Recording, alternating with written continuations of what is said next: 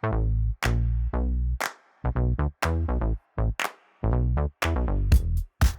is going on, y'all? We're back with another Keto Savage Kitchen episode. This one is cauliflower. Mashed cauliflower. Mashed cauliflower. What we do? So the first thing we're gonna do, I am gonna tell you exactly what we have here. This is 1 head of cauliflower. This is half a block of cream cheese and half a cup of heavy cream. We also have some seasonings here. You can add whatever it is that you like, but this is what we generally like.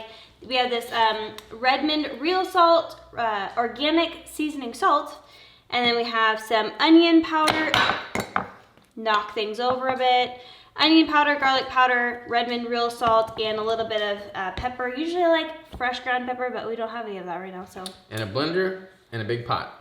Blender and a big pot. So, first thing we're gonna do is take off all the leaves from the cauliflower, and then we're going to break it up into the pot, fill it with water, and boil it a little bit just so it's soft enough. Is like a technique to this, or you just... Whatever you're doing is working.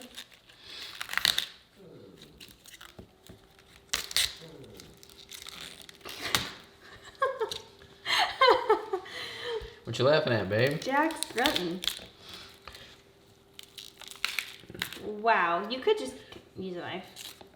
Trying to preserve as much as possible. Is that good? Or you need like all that stuff? Yeah, I would cut that off. I don't usually like to eat the stems of things. Okay. All right, so I can put that in there. You cut that. You got it? Yeah. We're just gonna use little cloves like this, throw them in there.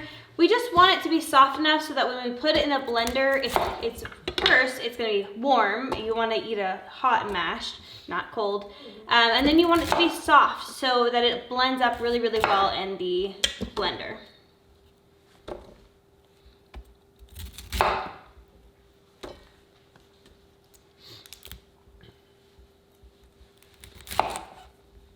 All right. How much water are we putting in there?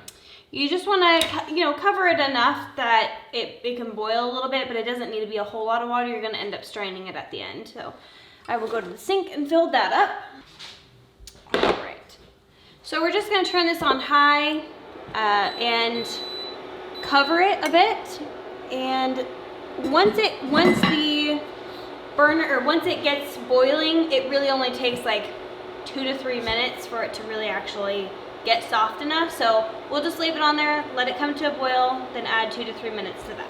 And we're back, ladies and gents. We got our cauliflower cooking, and I just turned the stove off, and it's nice and soft now. It's not, so don't mash it in there, you crazy loon. It's mashed cauliflower. And not with water. Anywho, we're gonna go ahead and strain this. I have this little guy back here, and we're gonna strain that. Let all the water fall into the drain. Oh. All right, so you wanna strain as much water as you can out of here. And then we're going, actually, before we put this in there, we're gonna set that off to the side. We're gonna put half of the amount of cream cheese that you have. I cut mine into 8 little slices, so I just put 4 in at the bottom. 2, 3, and 4. And then I put about half of the heavy cream as well.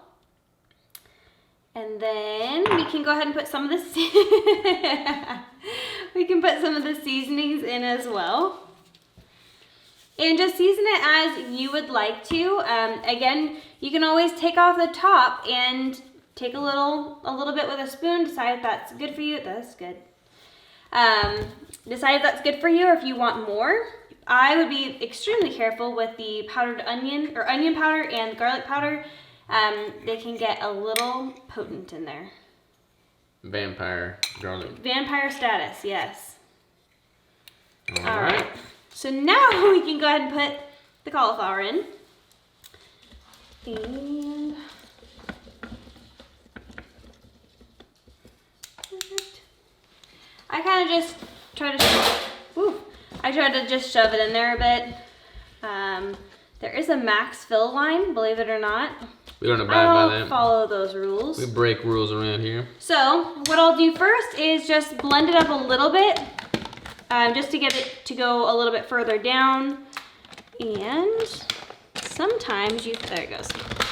All right, so we're going to just puree.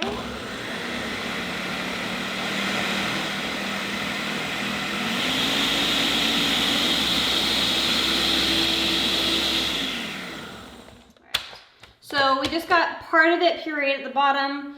I don't really need to eat a leaf, but we can add the rest of the cream cheese and the heavy cream. And if you want to add any more seasoning to it, you can at this point. I like to add half of it, get it blended in, then add the other half. It just ends up working out a little bit better for me. So I'm going to blend it up again, and we're probably going to need to stop it, stir it with a spoon a bit, and then start it again.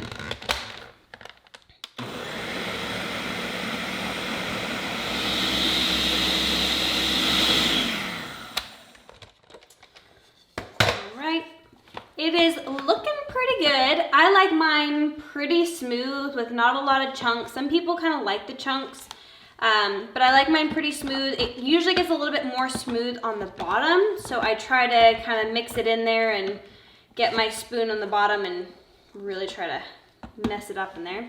And then now would be a good time to, you want to grab a spoon out? We can see if there's enough seasonings in there. You.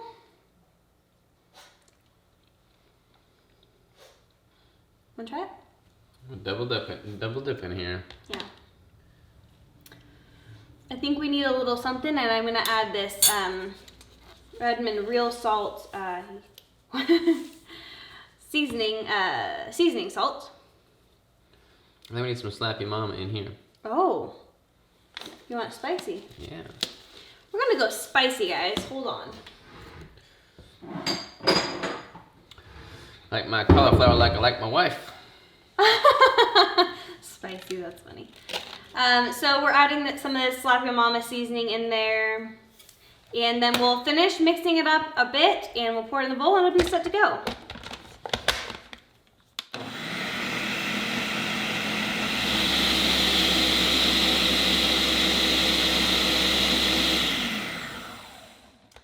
Alrighty, so this is this blender is, you can use any kind of blender as long as it will do some sort of puree or blending up like a shake or something like that. So I'm just gonna take out the little, and if you want to pour that into the bowl, you can. Look at that consistency. I have made this for Thanksgiving, people just coming over. It's so easy to make. You can also make it with like the frozen cauliflower, but I much prefer to make my own rather than getting those frozen trays. The frozen trays have like, I think like potato starch or something like that in them, so it's really much better if you can do it yourself. And again, it's only 3 ingredients. It's super, super simple. So I would just do, oh yeah. You're gonna look pretty here. Make it look pretty. I would just, you know, take the little bit of time that it might cost you and do it yourself. It tastes so much better and it is so much more clean. Slap at the base, man. That's good. Gonna be real peppery up in here. All right. Looks good. This is ready to eat. Crystal, dive in, grab you a spoonful. Yep. That's pretty good. Yep. I don't normally eat a lot of cauliflower or anything. Too much of it kind of messes with my gut. But this is pretty good, yo. I'm not gonna lie. Yeah, so we've had this several different ways. I don't know if you guys have had like the KFC bowls from KFC. But that's what it tastes like, kind of. Yeah, so they usually put like corn and but bacon bits and chicken, things like that. So a lot of times I'll just make it like a cauliflower bowl of some sort. And the last time we had pulled pork in it. Yeah, you can put like we'll put some ground beef in here, some venison. Some shredded cheese. Making it beefy, making it yeah, savage. I definitely, my favorite is probably chicken with bacon and a little bit of sprinkled cheese on top. But it is Hold that thought. delicious.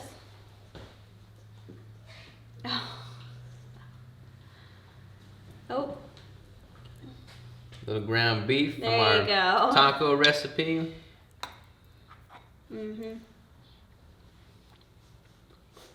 So good. This is truly one of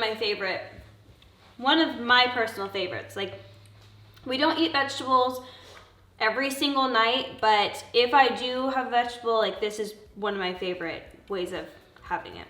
So I'm gonna keep eating. Until next time, y'all. Check out the website for the full recipe, macro breakdown, instructions, all that good stuff. KetoSavage.com for that. Until next time, y'all. Take care and ta-ta for now.